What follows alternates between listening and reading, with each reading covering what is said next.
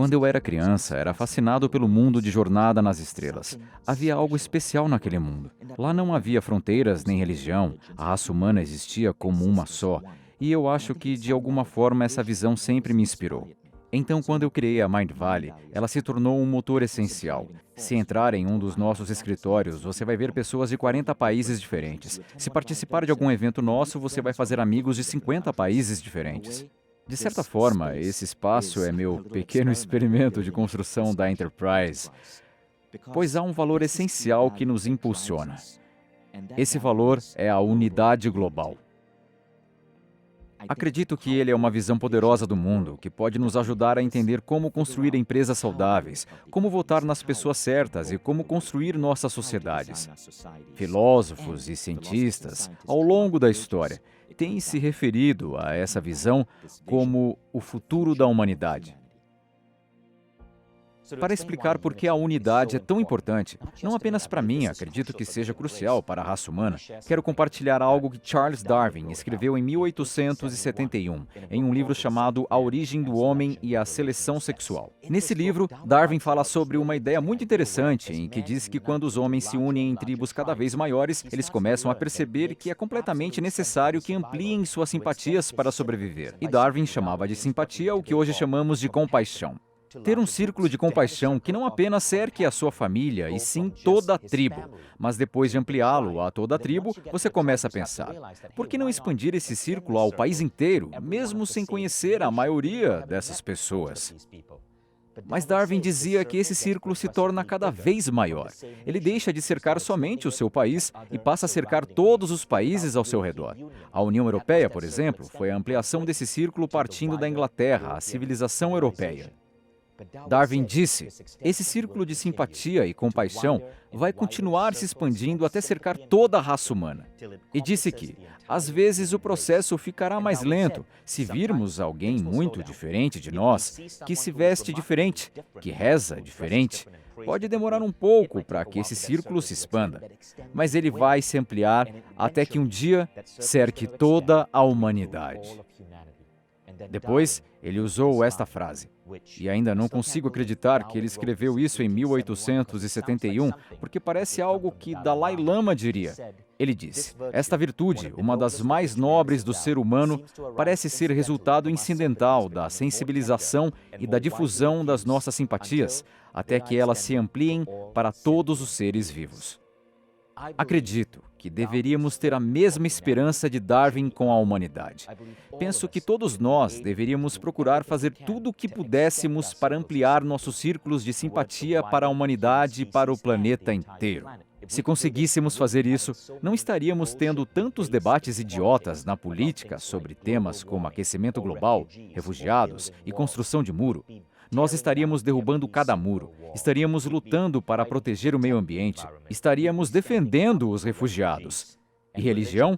As diferenças entre nós e como vemos uns aos outros começariam a desaparecer. Porque quando propagamos nossas simpatias, deixamos de nos identificar com base no nosso país, religião e etnia. Eles são importantes, pois são parte da nossa herança, porém, acima de tudo, nós somos parte de uma só raça, a raça humana. E foi por isso que eu criei a Mind Valley. É para isso que eu existo. Quero fazer tudo o que puder para ajudar e fazer com que os seres humanos cheguem nesse nível. Filósofos contemporâneos, como Ken Wilber, explicam isso como modelos de desenvolvimento humano. Ken diz que você pode observar estruturas de consciência. No nível mais baixo, fica o que chamamos de egocentrismo. Egocentrismo é quando tudo se trata de você.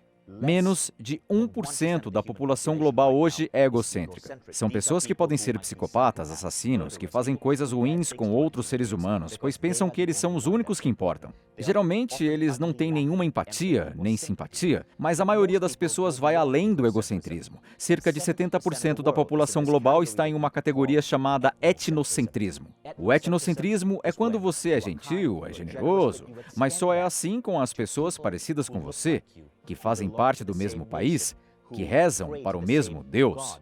Então, pode ser o tipo de pessoa que acredita na América em primeiro lugar, ou que acredita no Alcorão como seu livro religioso, mas que os outros não estão certos. E não há nada de errado com isso. Como eu disse, 70% da população global está nesse nível hoje em dia. Mas Darwin dizia que nós estamos evoluindo.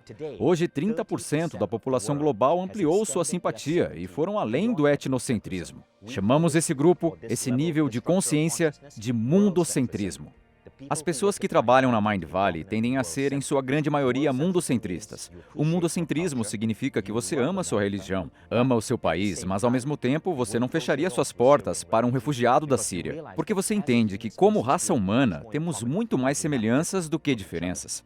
E a raça humana está destinada a chegar ao mundocentrismo. Não existe outro futuro para a humanidade que não seja a união como uma só raça. Um só planeta, uma só espécie. Eu acredito nessa ideia. Quero viver minha vida para impulsionar essa ideia, porque eu estou em um nível, agora, em que tudo que eu faço no mundo não se trata de dinheiro, não se trata de abrir outra empresa.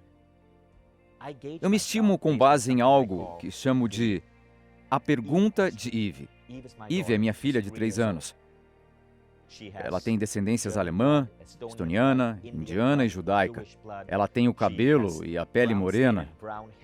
Dependendo do ponto de vista, ela pode ser síria, grega, indiana ou de qualquer outra etnia.